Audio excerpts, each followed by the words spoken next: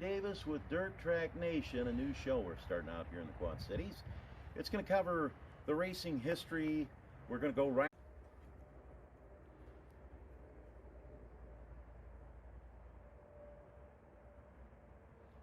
All right, I'm Shane Davis with a new show called Dirt Track Nation. We're running a little late today. We had some Wi-Fi problems.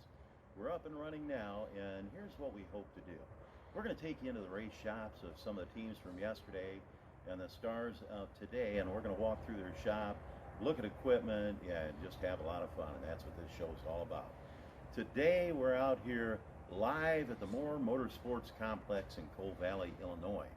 Now, if I had a rock, I could throw it and I could just about hit the old Quad City Speedway over there, where it is now I-74, but it's just right across the field there.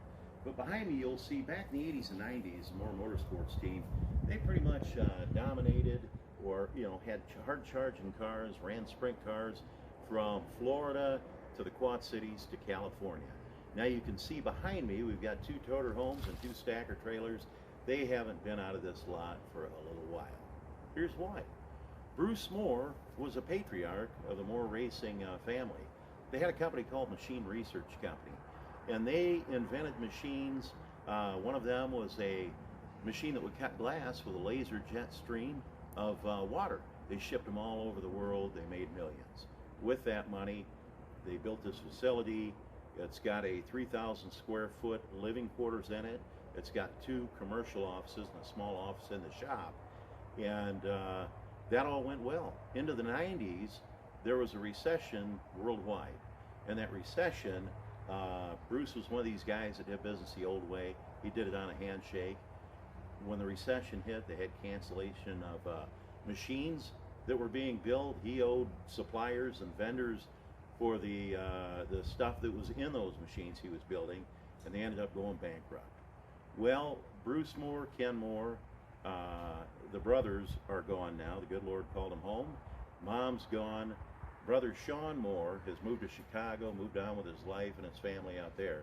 So what remains is this facility on 4 acres of property out here in Coal Valley, Illinois, and Pat Moore, who was one of the drivers who found a lot of success behind the wheel of a sprint car. So we're going to go into the shop right here, and thank God to Done Right TV for putting this show together.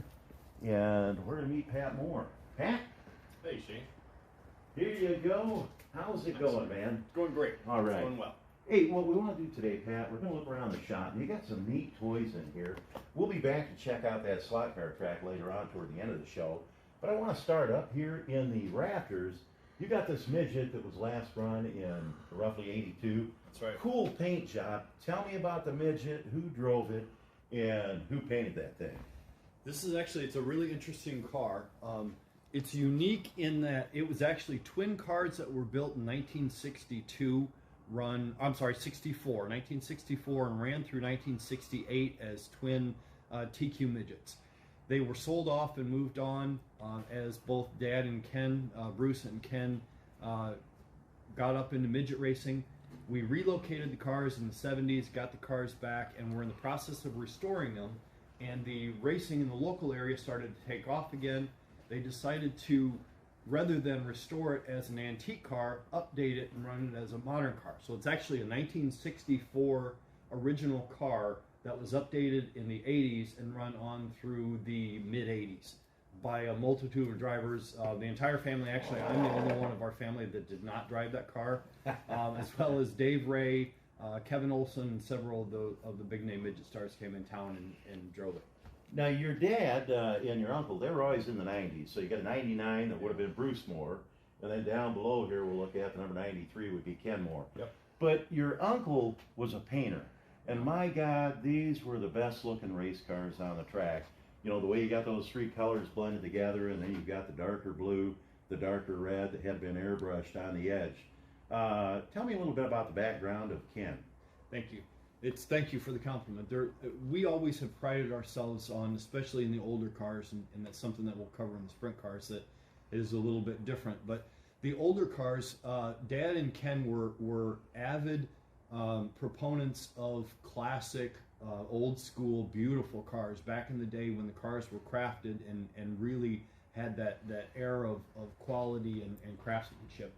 Ken managed the body shop at Sexton Ford and was a true artist when it comes to painting and his artwork.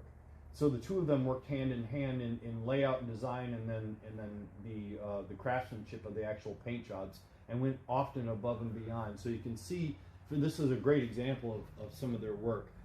You can see how it's actually 4 different colors. There's the base white, and then they have yellow or gold, red, and blue stripes. But even if you look really closely on the stripes, the level of detail on them, there's actually a second color on each one of those stripes that are shadowed on the top and the bottom.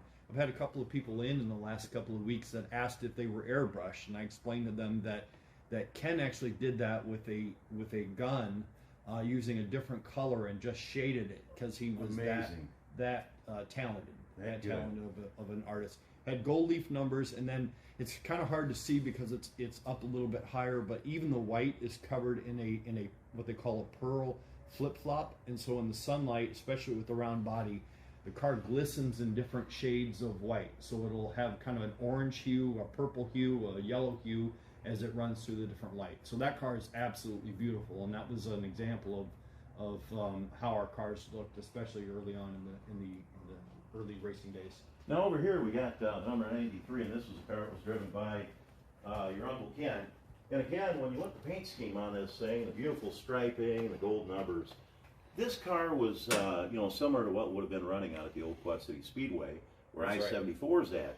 And a lot of notable drivers and names you'd recognize ran out there at the Speedway, Pat. Absolutely, absolutely. It's a shame that facility was overcome by 74, because it was really ahead of its time when it came to facilities. It was a groundbreaking facility in the 60s and 70s, and it had the biggest of the biggest name drivers there. A.J. Foyt ran there, actually got hurt there and spent the night in the hospital here in the Quad Cities as a result of it, running a midget. This car, I'm trying to remember whether this car actually ran there or not. It was right at the cusp of the time of the old Quad City Speedway, which, like you said, was right outside of our shop here. This is a car that was actually built in the 70s by my dad, and Ken ran in the midget ranks. This is actually Ken's car, and I apologize for it being dusty.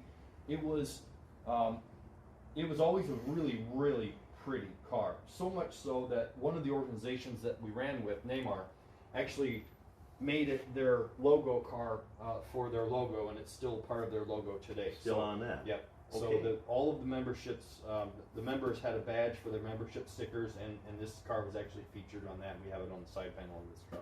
So when I look at the car directly behind it, Pat, that was one of the cars that you raced in the early days. That's right. And the old Storm Racing used to be here in the Quad Cities. That's right. And they'd run out at Hawkeye Raceway, East Moline Speedway. Winged midgets, and you could tell that it's a more modern car than what you've got here. And that car is one that you drove and one you built. The one thing that I noticed has changed is it doesn't have that beautiful paint job on it that was on it when you drove it. It evidently, when it changed hands, he changed colors. Is this something you're going to paint back to the original condition at some point in time? Absolutely, I would like to. To be honest, it broke my heart when I saw this car, because this car was every bit as beautiful in a more modern color scheme than the car upstairs when I had it. This actually car was run by both my dad, and it was one of the first models of the ladder designs that we started building in the 80s, and then we went into a mass production of the more sprint car oriented midget racing throughout the 80s. So the 99 car upstairs was started in the early 80s and run up through the mid 80s, and we transitioned when we realized that the antique car design wasn't as competitive as we would like. We actually redesigned. My dad was a mechanical engineer by trade, and so we, from stem to stern, completely designed and engineered, and then subsequently built cars from scratch. Every single piece on the car we built, and then actually built them in mass production. We built a total of in excess of 30 cars, just exactly like this. This is one of the first ones.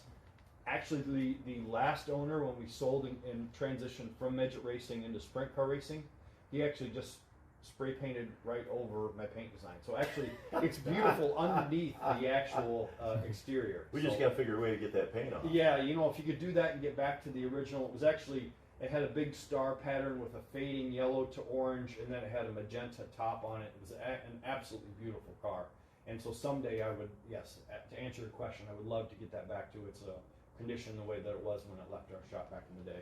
Now let's move from these over to your sprint car. It's a 305 Sprint. You ran down at Burlington, Iowa. Yep. It had a 410 in it also. But all of a sudden, man, you look at this baby, and you know, for the people out there that aren't sprint car fanatics, there's so much cool stuff on here. Now this wing angle, you know, I talked to you about this, Pat, and I said, hey, this has got to be where you run this baby at when you're down at 34 Raceway. And you said, no, I actually had more angle in it. Can you adjust the wing from within the cockpit? Yes. Okay. It's actually handled, it's actually driven off of the power steering fluid that runs off the power steering pump, and then you can actually adjust the angle. And even though it seems like a very aggressive angle sitting here in the shop, it's actually relatively shallow for what we run now. This is my current car. Right now, like you said, we have a 305 engine in it. I actually also have a 360 motor sitting over there, and then also a 410 in the motor room. The interesting thing about sprint car racing is that honestly the cars are exactly the same from a 305 class all the way up to a 410. And so we've actually run on consecutive nights, run the 305, come back to the shop, pulled the 305 out, put the 410 in, and gone racing the next day with the exact same car and all the exact same equipment. That's pretty common across the sport.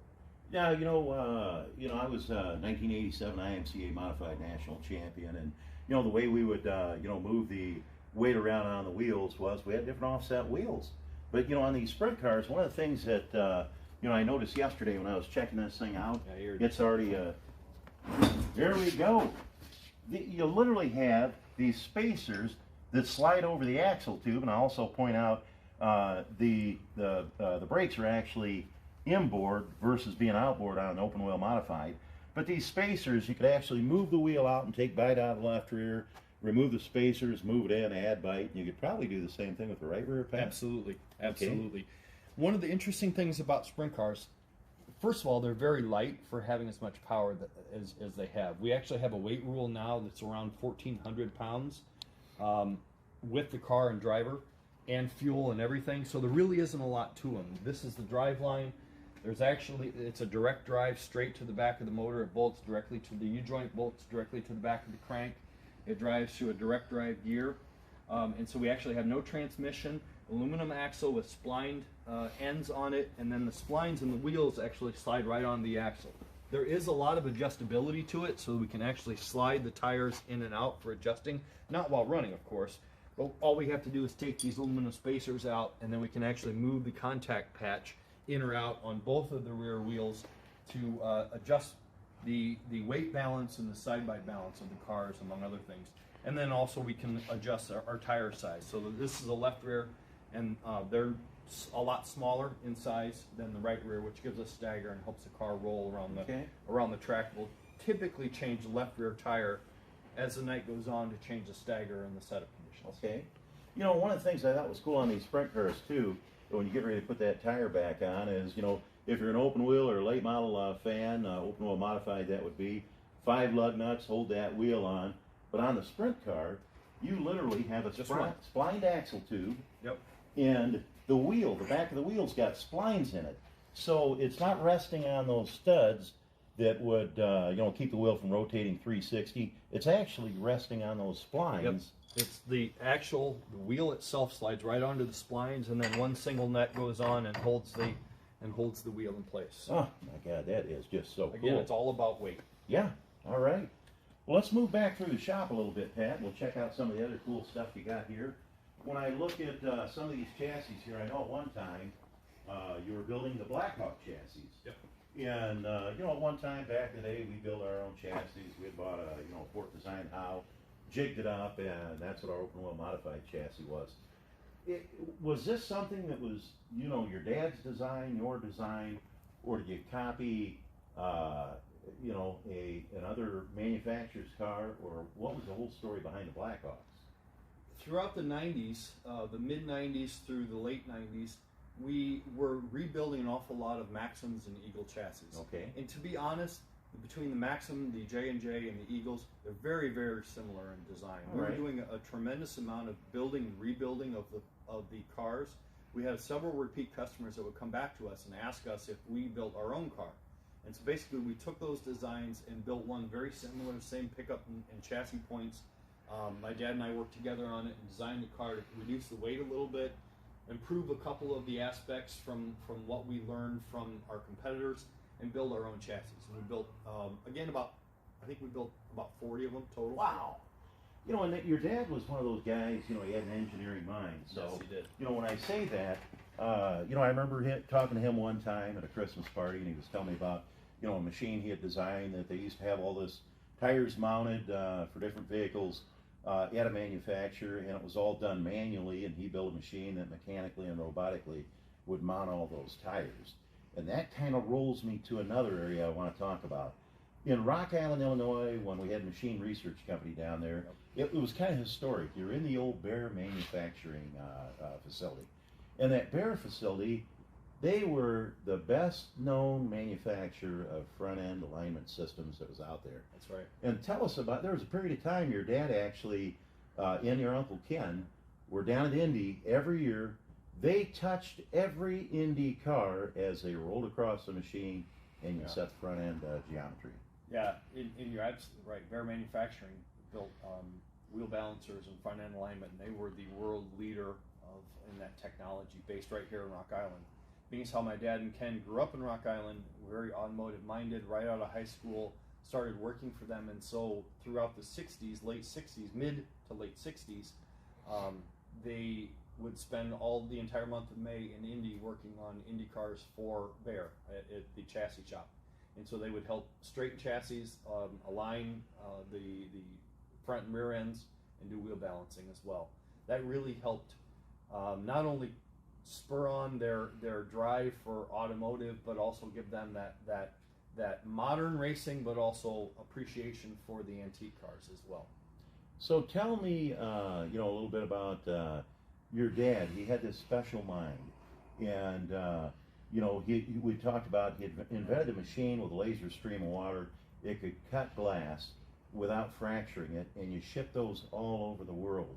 Tell us a little bit about that, Pat. Well, first of all, my dad was a unique person in that he could think outside of the box, all right, and approach things with an open mind, yet also be able to bring it into realism, be able to actually make it happen and accomplish something, especially from an engineering standpoint.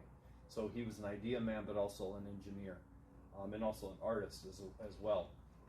For example, one of the biggest issues in automotive manufacturing is cutting glass. It's very, very hard to cut. And the traditional method was a score and break, just like you would cut a window with a razor roller, and you would score it and then break it and fracture it. Unfortunately, you have an awful lot of waste, and there's limits to what you can cut. My dad was able to help engineer from scratch a three-dimensional high-pressure water jet CNC designed laser cutting. It's not technically not a laser, it's a high-pressure water jet cutter. Typically, or often, it's compared to what they use like a plasma cutter on a big table. And so they were able to apply that and combine those two technologies with a high-pressure water jet in the 90s through the 2000s and apply it to the automotive industry for cutting glass especially. Wow. Glass is incredibly hard to cut, and he helped design and engineer, and our company then built those as well and sold them worldwide. Wow. Let's go back a little further in the shop here. We got a shop that was kind of divided into two halves. We got all the race stuff that seemed to be in the front of the shop, and then back the vintage stuff that, hey, I'm going to go off track a little bit here for all you guys that are out there watching, you know, on TV or on your smartphone or on the internet right now. Something cool I have to notice here. I want you to check this out. Hey, I may be old. I drove a lot of cool cars, cool race cars. Check this trophy out. Man, they made these babies. Today you win a feature, you get something made of plastic. Real wood, you know, in this trophy. Real marble up here in the trophy. Real steel with a gold eagle. And Pat, what trophy was this from? This is from Port Royal Speedway. This is one that the Linders won Actually, a cousin of mine was married to them, and they were the Linders had passed away, and they inherited all the trophies. They knew I was involved in racing and didn't realize that we knew the Linders, and said, you know, hey, we have all these old trophies of my grandpa's. We're going to throw them out. Do you want them? And I said, absolutely, absolutely. Gotta have them. Yeah, and it's stuff like this that often you'll see at you know, Goodwill or in a garage sale, or somebody will just throw out, and it's an integral part of history. That's a feature winner at Port Royal Speedway out in Pennsylvania. I remember you talking to your dad, and he said that back in the day you guys ran shaver engines, and back in 2000 you built me an IMCA late model engine, and over there was your engine shop. That's where all the engine stuff was done. Yep. So that, you know, was the newer stuff. What we're looking at here is a car that ran at Indy. That's right. It's set on the front row at Monza, and what a lot of people don't realize today is you go into some of these modern race shops, they might have 6, 7, 8, the Cup teams might have 15 cars, and they got a car they run Bristol, and a car at Talladega, and a car for Daytona. This was the car. I mean, man, you race this thing at Indy.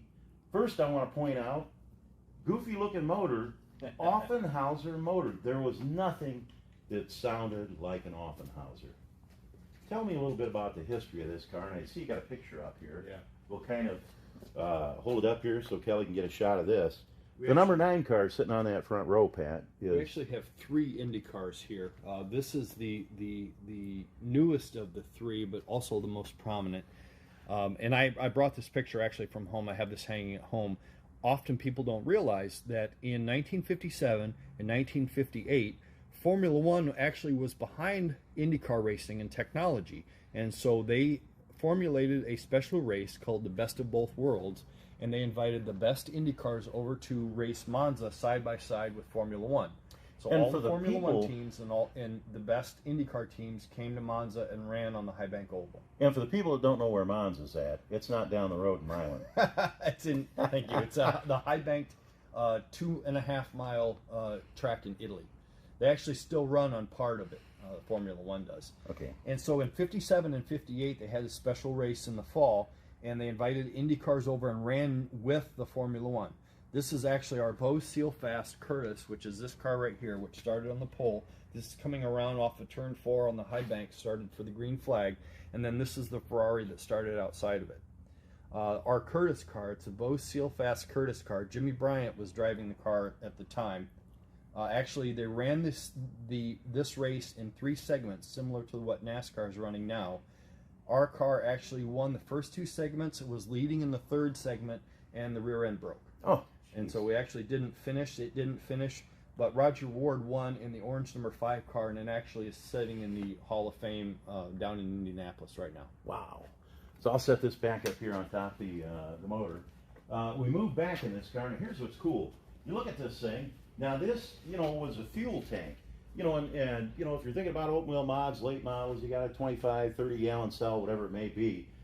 But the engineers, I mean, they want to get all the fuel in this car they could get in it. And this fuel tank, it's not the tail, it's a fuel tank, actually fit right up in the covering that goes on this car. You got the covering for this, Pat. Actually, the Let's take a look at it, right? If we come over here, Kelly, we're going to look at this black and white tail. It's a beauty sitting over here. It fit right over the top of that fuel tank, and I mean, it fit like a glove. There was no fuel cell and then the body way out here. This thing fits snug. Pat, tell me a little bit about that fuel tank. Well, if you think about it, it was a 500-mile race. They didn't have rules limiting the size of the tanks at the time. And so if you could carry more fuel on board, theoretically, you could stop less. And pit stops take time, and so it was an advantage in race conditions. And so what they did is they handcrafted tanks to be absolutely as big as possible and fit inside of the restrictions of the tail. And so they took up absolutely every square inch of space inside the tail with hand-formed tanks versus just something that was stamped out or was a one typical size. They custom built the fuel tanks to actually fit the inside of the tail to maximize the fuel load. Now, when I looked at this car, Pat, it was running 56, 57, 58. That's right. These guys were men. I mean, check this out. You know, we climb behind the wheel of, you know, an IMCA late model, an open late model, a modified. You got this massive cage protecting you. These ran at speeds up to what? About 150 mile an hour. 150 mile an hour. You dump this baby over on the lid, you're in trouble. You're dead. You're dead. Okay. And so the seat's actually setting down here. They just set in the seat. Sometimes they had a lap belt that hold them in. Other than that, that was it. No uniforms. They had either leather or groundbreaking technology at the time was a fiberglass helmet, but not everyone wore them. They were tough. They were tough guys, and they were brave. In 1963, obviously not with this car, but Parnelli Jones set the world record at Indy, averaged 163 mile an hour, which was monumental at the time. And I can't imagine going that fast in one of these. It'd be like riding in a go-kart with a seatbelt on at 160 some mile an hour with a rudimentary crash helmet. I mean, those guys they're in my opinion, they were crazy. They were crazy. Yeah. And you talk about that, you bring up a good point. We have, the 6-point harness system that we're strapped in, and I mean, you're in there like a glove. You got the, the Hans device you're wearing, all these safety features built into the cars. These cars had one seat belt, right, Pat? Yeah. And some people may not have even wore a belt. That's right, because it's similar to karting. There was a theory at the time that they're better off if the car flipped over, that it ejected them out, which they didn't fare any better if that were the case. When the car did flip over, then it was kind of a 6-1 half dozen of another. Whether you got ejected from the car and went flying, or whether you stayed in the car and were pancaked if the car flipped over. Because yes, you're right. Not long after this, in the mid-late 60s, they came up with a roll bar, which was huge for safety technology. Before that, this was it. There was no 150 mile an hour. Yeah. Basically, if this thing's going over, you bury your face in the steering wheel and hang on. That's right. And the motors are double overhead cam, purpose-built Offenhauser, either a 255 or 260 cubic inch double overhead cam engine. So they were pretty powerful for the time. Groundbreaking technology at the time, and a classic design that still had a lot of power and a lot of torque. Wow. Now, we move on back in the shop a little bit here, and here's one thing that's amazing. We're out there running IMCA late model, you're running UMP late model, you're on a 14-inch tire, you've got the big tires that are on the sprint cars, but what I'm looking at right here, this is a brand new set of Firestone vintage race tires. This was on the car. That was it. That was the it. Contact patch. Oh my God. So I gotta believe these cars get a little tail happy at times. Well, like we were just talking about karting, I mean, karts run wider tires than that. Yeah. So, again, not only was there safety rudimentary, cutting edge for the time, but they were also running on extremely narrow, very, very hard tires. Yeah. Now we got a couple of offies over here too. Before we get to these other two cars, and I know you've got some pictures there to show us, I'm looking here at another midget.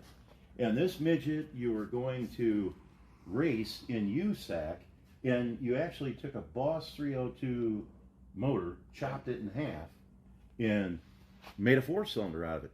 Tell us why this car never raced in USAC. Well, first of all, let's talk about the Boss 302. Again, a testament to my father and his creative genius / crazy professor side. As midget racing started morphing away from the Offenhauser motors of the time and into 4-cylinder production engines, Ford didn't have an inline production straight 4-cylinder engine at the time. The Boss 302 was an amazing small block Ford, very powerful, cutting edge technology. However, it wasn't applicable to midget racing. My dad then decided to literally take the Boss 302, cut it in half, custom build a crankshaft dry sump system, and actually make an inline 4-cylinder engine, a 4-cylinder Ford engine. And it was incredibly powerful, a very, very fast engine. A funny side story, and then I'll talk about this car. Funny side story, my father and I, so this was in the mid-70s, early mid-70s. In 1999, my father and I are at the SEMA show, and we were walking around looking at all the booths at the SEMA show in Vegas, and we came across the Ford Racing booth.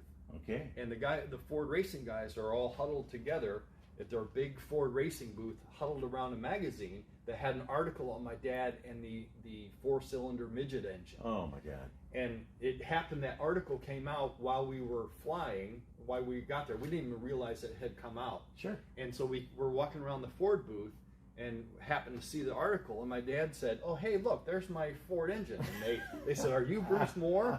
And it was funny because it was turned around. All of the Ford guys were crowded around my dad and asking for his autograph and were so impressed. And they had heard about his 302 through their Ford contacts, through the Ford racing contacts back in the day. Funny side story. The midget that we have here was actually when we went from TQ racing into midget racing. My dad in 1968 drove for a guy, won Rookie of the Year, did an amazing job running with Badger and at Sun Prairie. In 69 and 70 decided to get their own cars. Right. They actually bought this car. It was an upright Edmonds, as they called it, an upright Edmonds. Actually, the car was destroyed out at Manzanita out in Phoenix. Brought it home in the back of a station wagon in pieces, rebuilt the car, and raced it for several years with the 302 in it. Through the mid-70s, especially from 77 on, USAC midget racing was running predominantly on pavement. And in 77, there was an offset roadster-esque, similar to this design, that really was groundbreaking in midget racing, called the Badger. They called it the Badger. And it absolutely dominated. Rich Vogler won a historical amount of races in it. They were built in the Lockport area of Chicago. Okay. And were dominant. The upright, similar to Indy Car racing in decades before that, the upright cars couldn't compete with a roadster design, a lower offset roadster design on a pavement situation. And so the midget situation, when it came to racing, was exactly the same. So my dad thought, if we're going to run primarily pavement to run USAC midgets, right, I'm going to design and build my own offset midget. And so he actually completely re-engineered the car. We cut it apart, and we're in the process of building it. And USAC at the time in 78 changed the rules to limit the amount of offset. So you could not offset the motor more than a certain amount. My dad's actual design, the motor is actually in the middle of the car. It's just the driver is offset. And so we were actually in the process of building this car. Keep in mind, I was young at the time, so when I say we, it was him. And USAC actually heard about it and called my dad and said, you know, hey, before you go any further, we want to let you know that your car is illegal. And my dad protested and said, well, you know, well, hold on, it can't be illegal. You say that the motor offset can only be a certain amount. The motor is not offset. Oh my gosh. And USAC said, we don't care, your car is illegal. Yeah. And so my dad's, I can't repeat what my dad said, but it was basically he probably wasn't happy with you. Yeah. The you part was right, but and so we absolutely stopped. And so the car actually is set untouched since like 1979. Now, hey, I want to know if you got the other half to that Boss 302 that's sitting in that baby. I got a 70 Mustang. We can bolt her in, weld her together, and we're good to go. Yeah. Hey, so we move back to the Indy Cars. Now, World War II comes to an end, you know, in the 40s. Yep. We literally had people that were artisans that would hand form with an English wheel, the metal, hammers, sandbags, all that stuff. I mean, there was no skim coat of plastic put over these babies. When they got done working this metal, it was ready for paint, right, Pat? That's right. And this is all aluminum. Yep. Okay. And that's what often people don't realize, especially in our generation, that our predecessors, and part of the artwork and the craftsmanship of the preceding era was a cast off from World War II. Basically, most of the craftsmen built the exact same styled or designed bodies, except in World War II era planes, and they were all built out of aluminum, like you said, hand formed on an English wheel out of sheets of aluminum. For example, if I'll walk over here, and this is a better example, looking at the cowl of the Peter Schmidt car, this is just one piece of aluminum that's hand formed, bending this way, and this way in one solid piece. That was flat. Yeah. It was flat. Hand formed. It's just an amazing piece, and if you've ever tried it, it's incredibly hard. It's truly almost like a work of art. Now, Pat, in your shop here, I see you got an English wheel back there. Yeah. And, you know, you got two different shape wheels on here. And you've got a flat one on the top, and on the bottom you have a rounded one. Show me how that works. This is an English wheel. And so, yeah, it has a roller wheel on the top and then a curved wheel on the bottom. And you can change the diameter of the lower wheel and also the arc of it to get a different shape. And then there's a crank to roll it up and increase or decrease the gap between the two. And so basically you take a sheet of aluminum and then you just roll it, roll it through here, back and forth through here. There we go. And then you increase or decrease the amount of tension, and that will increase or decrease the amount of rolling that it does and bending that it does. And so if you roll back and forth through there, if we go through back and forth through there enough, we'll actually create a bend to it. And you can see how this sheet started out flat, and I just use this as kind of a dummy piece. But you can make marks on it to give you an idea of where you want to go, and then you roll it back and forth through there, and then you can turn it around and also make the arc not only this way, but also arc something this way, for example. And that's kind of the only way to go about truly curving one solid piece of aluminum, flat piece. So we're not only using the English wheel on this piece of steel, we've got you know, a myriad of body hammers. Tell me about how, you know, the body hammers and then sandbags. I mean, all that was used to form that metal. Yep. Especially if you have dimples, because like you said, unlike the modern technology that we have, we get a body close and we'll cover the entire thing in Bondo, and then sand it flat to make it smooth and shiny. In this era, they didn't use Bondo, and so it was a car with a metal body, primered and painted. And so if you had a mirror finish, it was out of true craftsmanship. And so any dimples that you would have, which is inevitable, you'll have little ridges as you roll through that. I don't know how closely you can see this, but you'll have grooves and ridges in there. And you can take a sandbag and a mallet and actually beat out the dimples or any irregularities. Okay. Let alone if you ever have a crunch body with a seam, you can actually hammer out seams and take dimples and creases and folds out of it. Now, I see you got a couple of photo albums on top of this car here, Pat. Do you have any pictures of this car when it raced? I sure do. Okay. One of the things that my family has been diligent about is keeping a historical record of what the cars are. And so we have, from working the back forwards, we actually have photographic evidence of how we got the car, plus it's for our own record keeping as well, of how we got the car, and then the restoration project. And this is actually laid out chronologically for what the car is. These are the dates that it ran, the number that it was, the main sponsor, who drove the car, where it finished, and then any notes. This is actually a picture of the car, Jimmy Reese in the car in 1956. And you can see how it changed numbers. It was a Maseglia Hotels for a long time. Okay. It actually, this car transitioned from 56 through the late 50s and early 60s. In the early 60s, 61, 62, is when even though the cars look similar, the Curtis style car actually got old and heavy compared to the newer design Watsons. All right. This car was actually stuck around long enough to transition from one era, if you will, even though people often don't separate those two, to the lighter, more modern cars like the Watson car. This car actually transitioned from one to the other, and they actually modified and updated this car to still be relatively competitive. Now, before you flip that, Pat, I want to say one thing. The hotel chain. Yes. Hey, that wasn't Holiday Inn. No. We're talking about a hotel chain that you can talk about the movie The Shining. Yep, The Shining was a Maseglia Hotels. Maseglia Hotels was a huge resort chain on the West Coast. And before you turn the page, one thing I want to point out, you know, the pipes coming out of the side of the body. Yep. I mean, you know, dirt track racers, we got, you know, a habit of, you know, maybe cutting a bigger hole than you really need for something. That looks like the body was just, you know, a large enough hole to accept, you know, the pipes coming out the side of the body.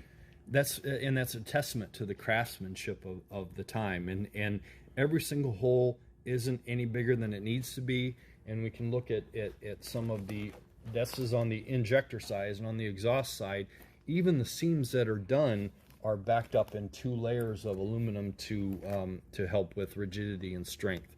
So here's a picture of the right side of the car, and you can see the handcrafted louvers in it. Like I said, I can't emphasize enough the level of craftsmanship that it goes into this car. My gosh. So it's one of the things that, this is a unique, and you had talked about this earlier. In this era, there wasn't one of 5 cars. Okay. This was the car. This is a car you raced. A car. Yeah. And if it got crashed or bent, or they got into a tangle, or they had an issue, they would strip the car down, they would repair it, they would put it on jack stands, they would straighten it out, hammer out the body, and go back up for practice later. Now, hey, Kelly, doesn't that look like a Mercedes logo on the front of that baby? Yeah. And so these are all records on the car and how it ran. Here's a picture of it doing a pit stop in 1957. This is actually my personal favorite era. My dad and my uncle, although they lived through the era, they were not big on the 50s wings or the fins. Personally, I think the fin on this car really made it unique. It had a big fin in 57 and 58. Kind of looks like you can tell unique. Of the association with the aerospace industry, right, because it's got that wing on it. Yeah. What a beautiful car. My God.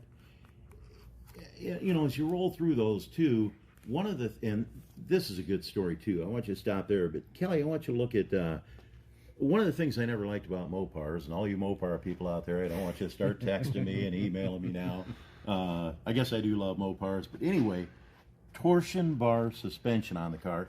Pat, is this a torsion bar we got up here? Yeah, it's in an era where most of the cars were either leaf spring suspension, or coilovers. This was actually one of the early torsion bars, or they had what they called parallel bars, which these torsion bars would be inside of the car and then just have an arm come out. They called that a parallel bar car. This was actually, and you can see if you see shots of the modern sprint car, a crossbar torsion bar system. It was kind of cutting edge for the time. This car was built by Luigi Lasovsky, and like I said, was a one-off. And you can see the front arms in the pictures of the cars. It's exactly the way, these are actually the original arms, original front arms on the car, which also made it unique. Isn't that something? And one other thing I wanted to point out, when we were talking about the craftsmanship of the body, so if you had like a car would get into a mishap and need to be repaired, so you see where this car was cut and welded, part of how they did that was they would actually take pieces of aluminum, and then they would, as they welded, instead of using a welding rod, they would actually use strips. They would cut strips of aluminum and actually melt it into the sheet metal, which if you ever try to weld with aluminum, is incredibly hard. Yeah. Block aluminum, let alone sheet metal aluminum, let alone dirty sheet metal aluminum, it really is a testament to the craftsmanship. So how they filled gaps was they would weld it in, grind it down, weld it in, grind it down, weld it in, grind it down, so you couldn't see anything else. Okay. So, hey, we talked about the finishes of the car that we looked at prior to this. This one, I noticed you got a picture here, and you've got some highlighting on it. Where was this race at, and what car in this picture is the car that we're standing next to right now? In the start of the 1958 Indy 500 was unfortunately remembered as a tragic start, because it was actually the death of Pat O'Connor, which was one of the marquee names. He was the kind of the Jeff Gordon or Jimmy Johnson of the late 50s in Indy car racing, and he actually was killed in this crash on the backstretch of the first lap. Jerry Enzer actually cartwheeled over the turn, the second turn wall, and was injured. And both of these two cars, the Bo Sealfest car and the Maseglia car, both were started up front and both made it through the crash. And this is actually Turner in this car as he makes it through the wreckage. The Maseglia car, that is the Maseglia car. Yep. And the Bo Sealfast car is ahead. up here. Yeah. Up here, and you got, all hell breaking loose there. Right. Okay. All right. So, what a great history. I mean, so many cool picks. And, I see you got some more in there. But it goes on through the 60s. Going back to, okay. Now, I see you got another photo album here as long as we're here. What do we have in here, Pat? This is the the car that I just rested my hand on a minute ago, the Peter Schmidt car, was the era before the Roadsters. This was what they called the upright era. And it would have been what year? This ran from immediately post-war up until the mid-50s. Okay. And you can see how the cars look more like a modern upright dirt cars. Yeah. This car actually ran up into the Roadster era, and this is the car on the other side there. And not only did it run, it was incredibly successful. It was one of the marquee cars and one of the very, very successful cars of the era. It was called the Peter Schmidt car. And it ran both dirt and pavement, because that was common at the time, at Indy as well as AAA and some of the other surrounding races. It was an absolutely beautiful car, and then, like I said, it was so successful and so competitive that it actually transitioned on into the era where it was competing against the Roadsters in its later life. Another interesting story about the car is, at the time, the what we now call champ cars in USAC racing, we have Indy Cars, champ cars, and sprint cars. And champ cars and sprint cars run dirt, Indy Cars run pavement. Okay. At that time, with the upright cars especially, we ran the same car. They ran the same cars on dirt and pavement. And actually, this car was one of a select few that was actually ran throughout May and the rest of the IndyCar season as a champ car. And then at the end of the season, they would actually cut the frame apart, shorten the wheelbase, and finish the season with the same car as a sprint car. Wow. Which increases the uniqueness of the car, because there weren't very many cars that did that. So your dad's shop here, this, you had the race cars going on up front, but you had his love for the antique cars and the restoration going on back here. And I remember in 2000 when I came by to see how they were coming along on my IMCA late model motor, Ken had a picture of a car he was doing at that time, and he's measuring the pop rivets in the picture and then scaling up where every one of those pop rivets should be. They were into that much precision on that restoration. Now at your dad's funeral, I remember I'm in line, and right behind me is Bobby Boyce. Some of you racers out there, you'll remember Boyce track burner chassis. Ronnie Whedon was the first guy in the area to get Boyce track burner. Won a lot of races with it. Old Blue that you'll see still out there today that Ron Pershey owns is a Boyce track burner chassis. Bobby Boyce is in line behind me. He ended up getting out of building dirt chassis, and he started making parts for NASCAR. He made exhaust systems and some other components. But your dad restored a car for Bobby Boyce, and I remember Bobby Boyce telling me, and I could be wrong on this number, that when that thing was done, Pat, $250,000. Yeah. Do you have a picture of that car that Bobby Boyce? I sure do. Yeah. Yep. Okay, we'll look at that later on. It's in the office. So Absolutely. as we move through this, one of the other things you did, you had a lot of sprint cars that were very, important. And if you come back here, Kelly, I want you to look at these cars that were standing up on end that were waiting for restoration. One of the local guys, this number 93 here, this was a Jerry Blundy car. He was out of Galesburg, Illinois. But Pat, he was a top driver. Absolutely, he was the Steve Kinzer of the predecessor to the World of Outlaw era, running sprint cars throughout the Midwest. He ran an outlaw schedule, so he didn't run USAC, but he was one of the predominant dominating figures in sprint car racing, dirt sprint car racing. Now this car, we don't have the more modern 4-post cage. We still got the bar behind your head. So what age would this car have been? These cars were originally built in the mid-60s and then updated to add the cages and ran on into the 70s or even 80s for the 96 car. So this one right next to it, this was a Pancho Carter car. That's right. Okay. This was one that was updated because I can see by the shape of the cage, you see you got the single bar behind your head like you've got over here on the Jerry Blundy car, but they've added the rest of the cage on in that car. That's right. Okay. Now, big name in racing back in the day, the Nance sprint cars. The one next to it was the Nance Sprint house car. And who would have drove that car, Pat? Sammy Swindell won the 1980 World of Outlaw Championship in that car.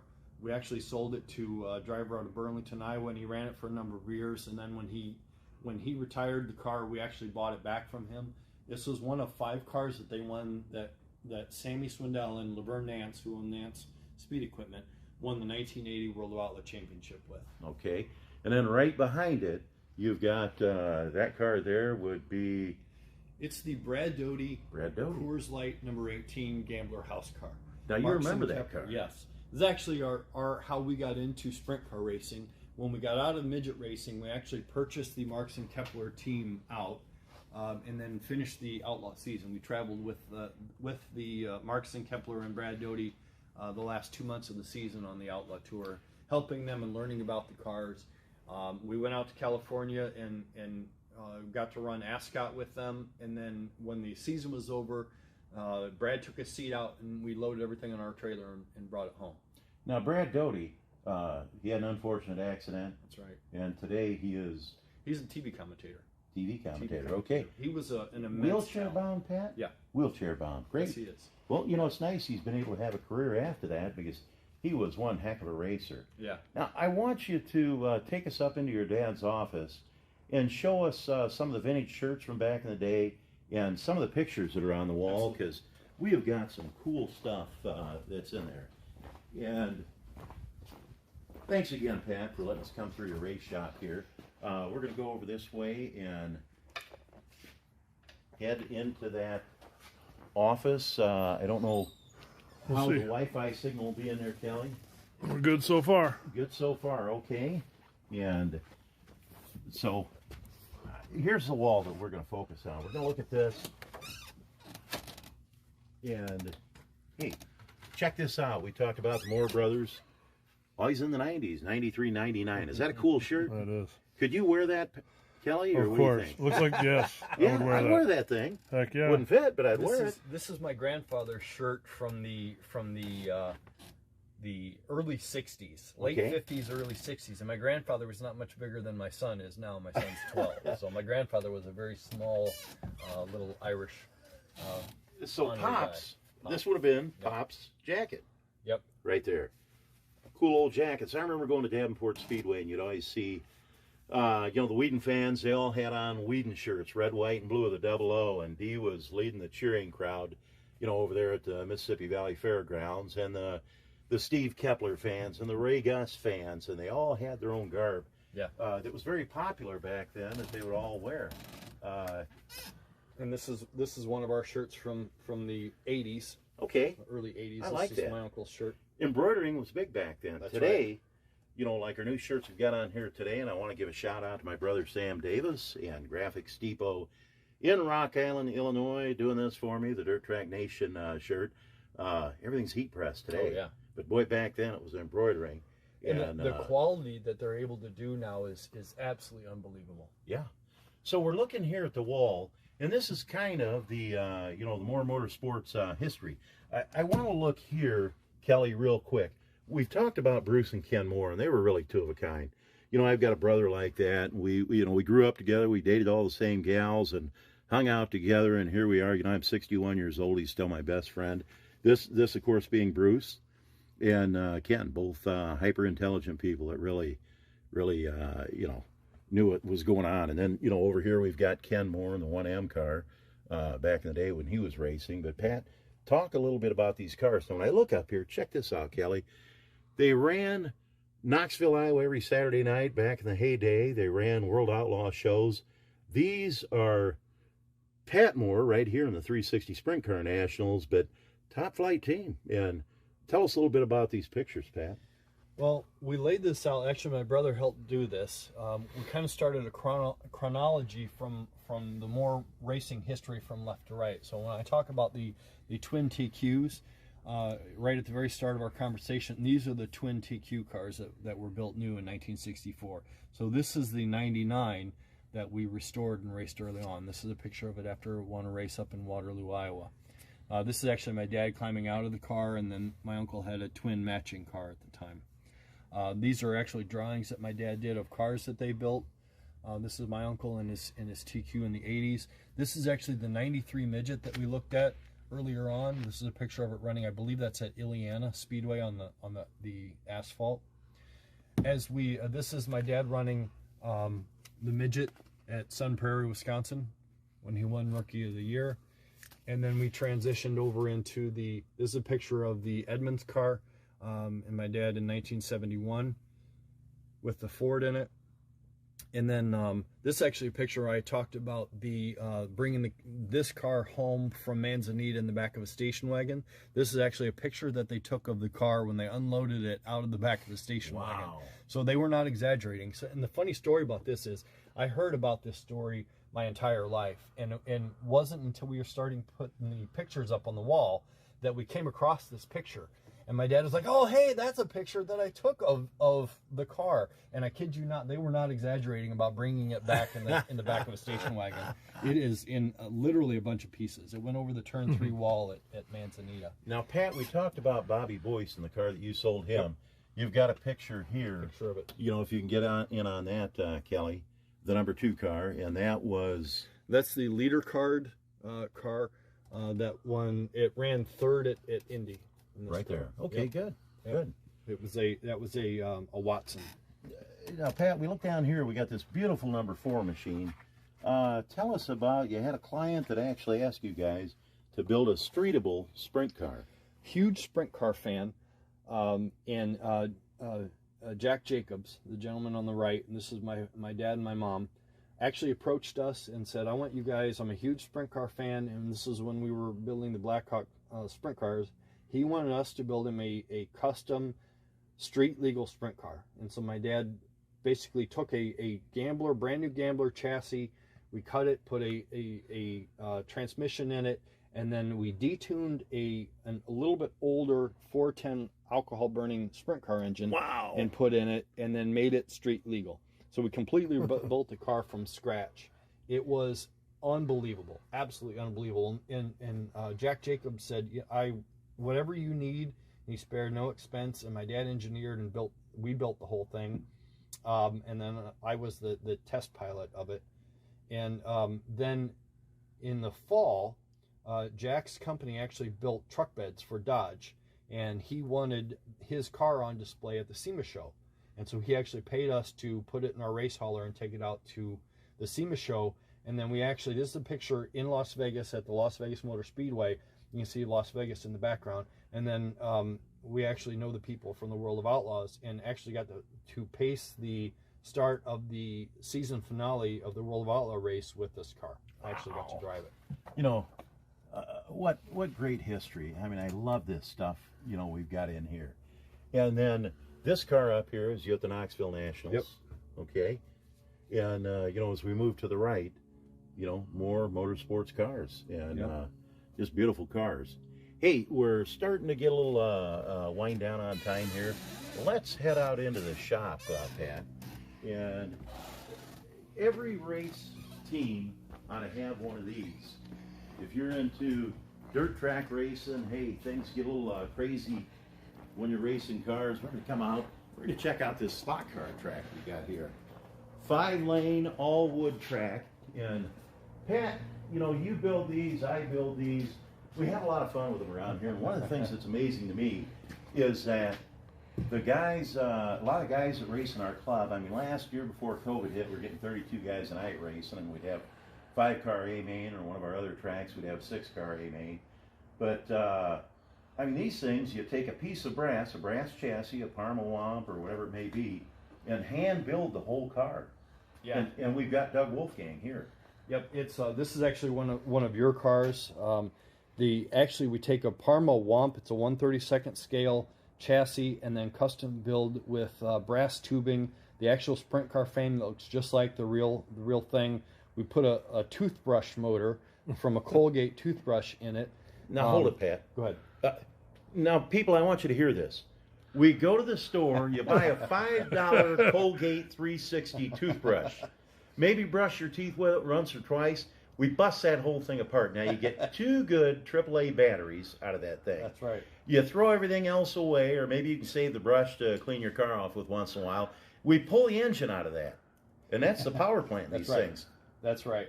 And they're direct drive. They have a lot of power. You can see that they have stagger for the sprint cars. The car looks just like the real thing, and they drive just like the real thing. This is a 3 1/4 inch Champ car. Yeah. Yep. So they got the same size tires on both sides. And then we also run a late model class as well. Yeah. So We're going to do something here real quick. Now, Pat, I'm going to throw a car on here. You got a car on lane 4. I'm going to get on 3. We'll just run a couple laps here. But I'm going to tell you, we try to do this at authentic speeds when we're out here racing. We literally put down powder on the racetrack. We actually bake wheat flour.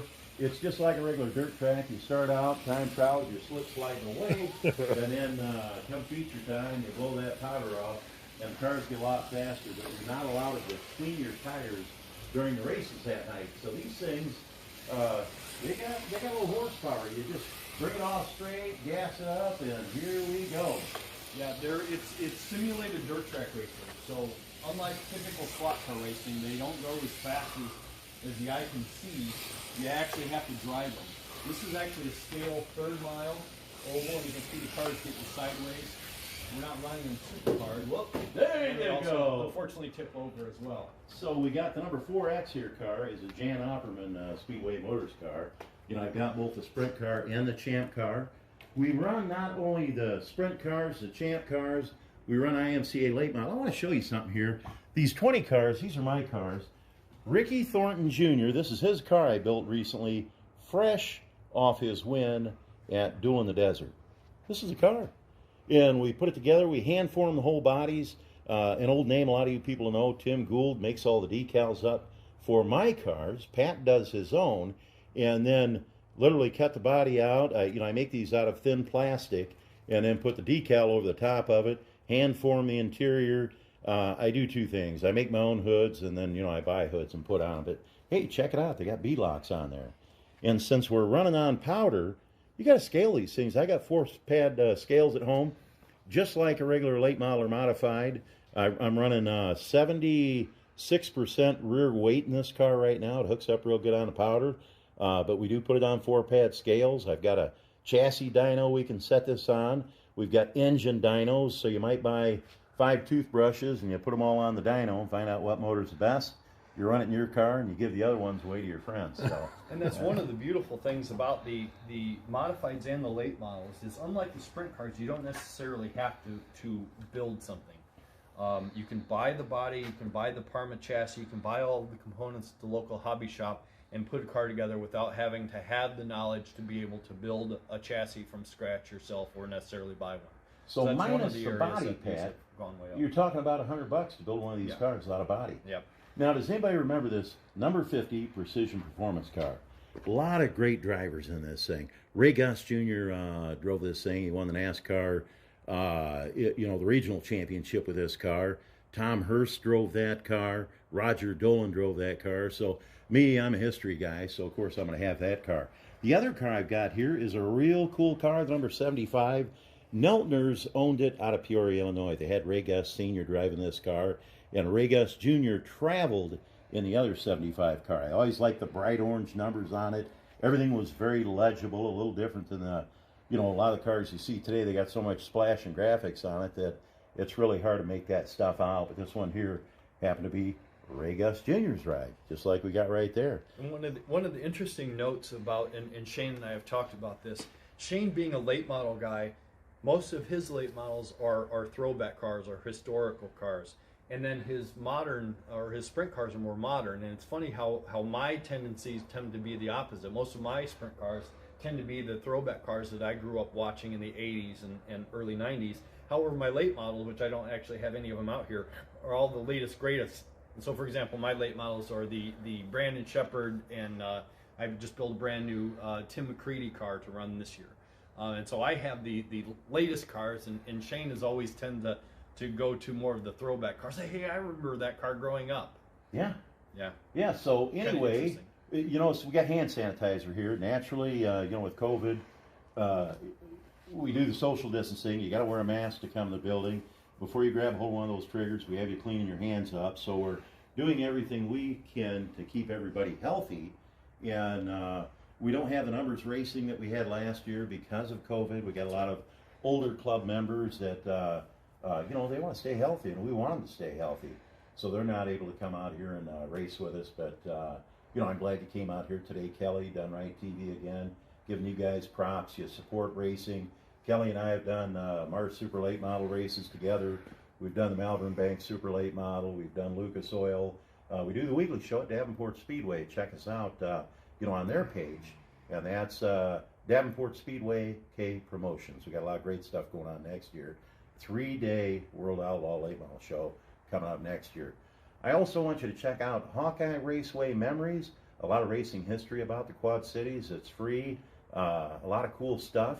And then finally, Pat, thanks for letting us into your cool shop. My pleasure. I mean, great Thank you, stories. Yeah, thank you.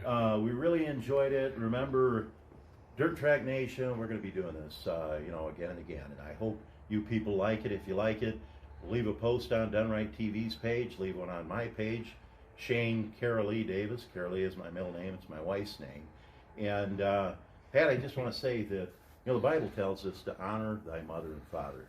And, your mom and dad's gone. But I mean, the stories you told today, the product you got in here, your dad was an honorable man, and you've honored him well today. So, I want to thank you for all that, Pat. And the rest of you across America, and even down in Mexico, tune in to Dirt Track Nation.